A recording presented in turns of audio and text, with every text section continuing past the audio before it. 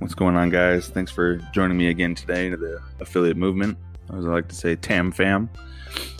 If you're a part of our group and things like that. Yesterday, I just wanted to do a brief summary. We kind of talked about how looking at challenges and difficulties in your life can be a blessing, right? And so looking at them as a potential opportunity that can bless you in your life, because a lot of times when we struggle with something, we look back years later and say, man, that was awesome because I grew, or because I ended up doing this and that. And so that's kind of one thing that we talked about on the last one. If you missed it, go back and check that one out. But today, the next couple podcasts, I'm going to be talking about a book that I'm currently reading. And so hopefully it's of interest to you. It's called The Happiness Advantage. And it talks about 7 principles of positive psychology that fuel success and performance at work. And so it's not just at work, though. You can kind of use these principles for anything that you do. But the author is Shawn Achor. And I think it's pretty interesting about what he has to say. He was a teacher and an instructor at Harvard. And so I've been just taking notes and kind of just wanted to share some of the key topics that I found. And so in the introduction, it talks about the formula that we kind of always taught from when we grew up to now, from school, from parents, from society in general. And this formula is just kind of like this. And this is just a quote from the book. It says, if you work hard, you will become successful. And once you become successful, then you'll be happy. Okay.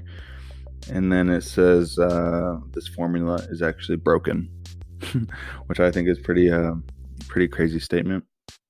Because if it says, if I just get that raise or hit the next sales target, I'll be happy. If I can just get that next good grade, I'll be happy. If I lose that 5 pounds, I'll be happy. And so on. Success first, happiness second. And he goes on to say, like, which I think is interesting, that's just completely broken. and it's easy to fall into that trap because that's what everyone says, right? Instead of enjoying the journey and being happy first, we're always like, man, if only I can make that much money, if only I could get another sale, if only I could get one more recruit, if only this and that, and then I'll be happy. You know, if only I can get married, if only I could have a girlfriend, then I'll be happy. But he goes on to say, it doesn't matter if you have that mindset, each victory, it doesn't really matter, because then our next happiness goal will be pushed further and further out.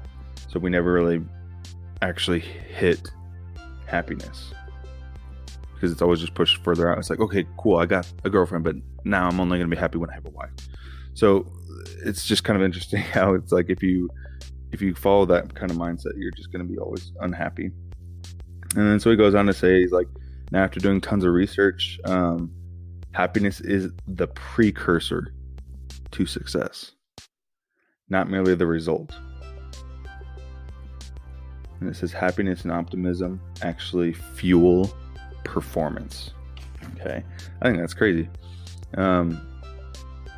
So he goes on to say, like, waiting to be happy limits our potential for success, whereas cultivating positive brains makes us more motivated, efficient, resilient, creative, and productive, which drives performance upward.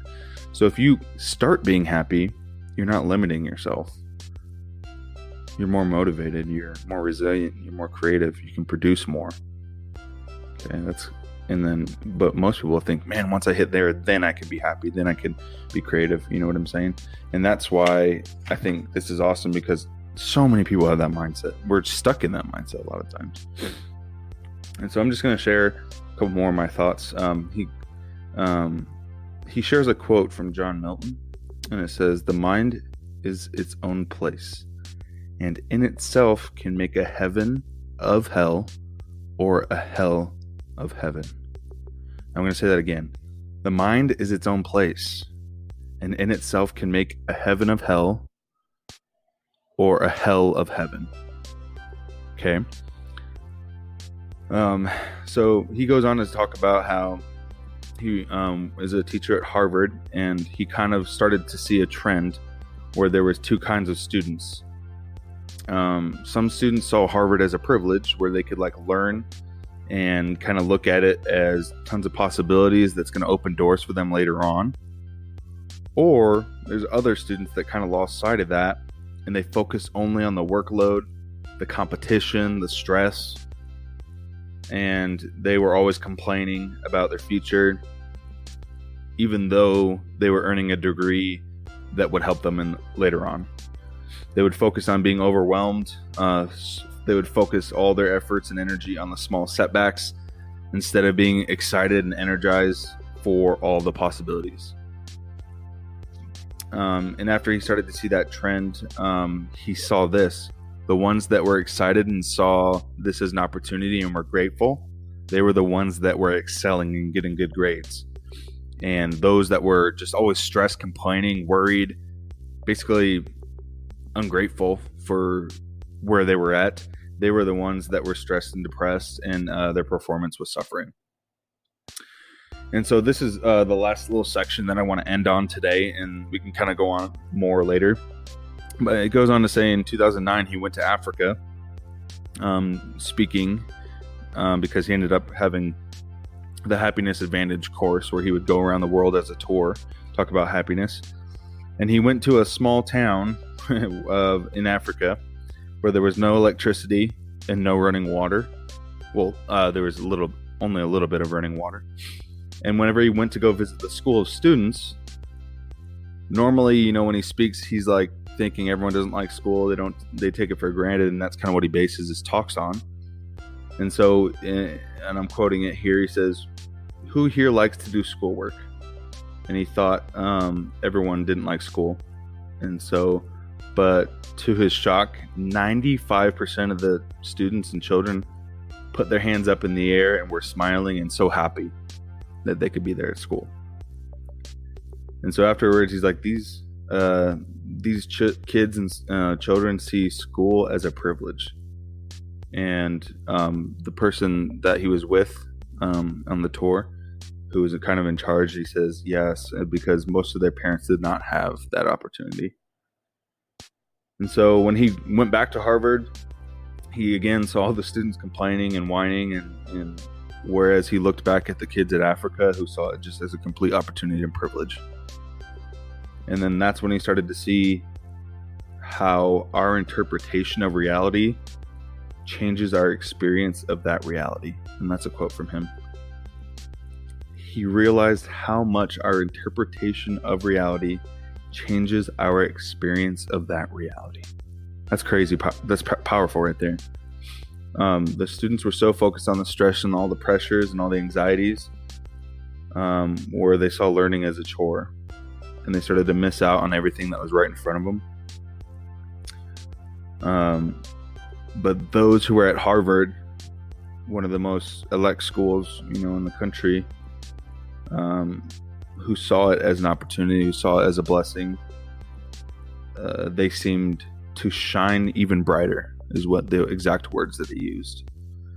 And so that's kind of where I'm going to leave off for the book for today. But Shawn Achor, he's kind of starting to present a mindset shift from those who are beginning to be happy and then their performance is just accelerated and improved, compared to those who are waiting to be happy because of the results.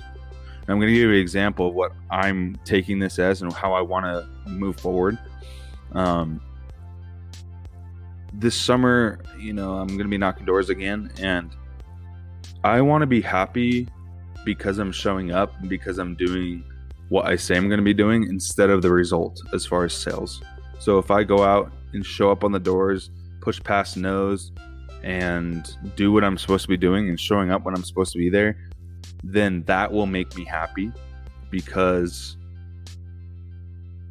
I know in my heart, choosing to be happy, because I do think it is a choice, will increase everything else afterwards.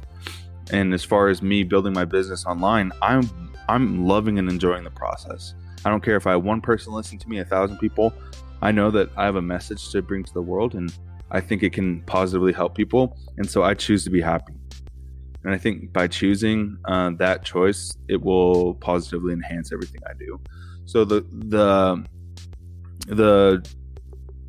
challenge that I have for you and everyone who's listening here is, how can you choose to be happy amongst maybe some pain points that you don't enjoy?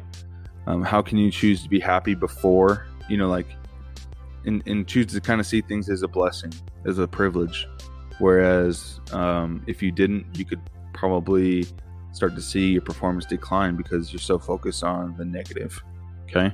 So just brainstorm today, maybe have a quiet moment, write down in your journal, write down somewhere in your phone. How can you choose to be happy despite everything else that's going on? And then once you do that in the next few weeks, I bet you will start to see a difference in your mindset and your performance. Okay. So tomorrow we'll talk a little bit more about the next chapters and some of my key takeaways.